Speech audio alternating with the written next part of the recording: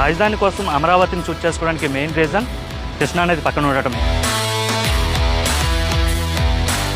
భవిష్యత్తులో నగరం అభివృద్ధి చెందిన జనాభా పెరిగినా వారి తాగునీటి అవసరాలకు ఎటువంటి ఇబ్బంది ఉండదనే ఈ ప్రాంతాన్ని చూస్ చేసుకున్నారు.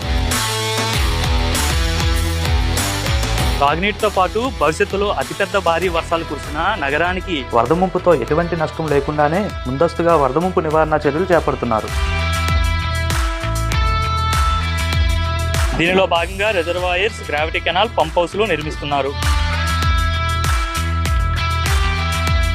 ఈ ప్రాంతంలో అతిపెద్ద వాగులైన కొండవీటి వాగు, పాలవాగు కలిసే చోట 197 ఎకరాల విస్తీర్ణంలో 0.10 TMC కెపాసిటీ అయితే ఈ పెనుమాక రిజర్వాయర్ అయితే నిర్మిస్తున్నారు.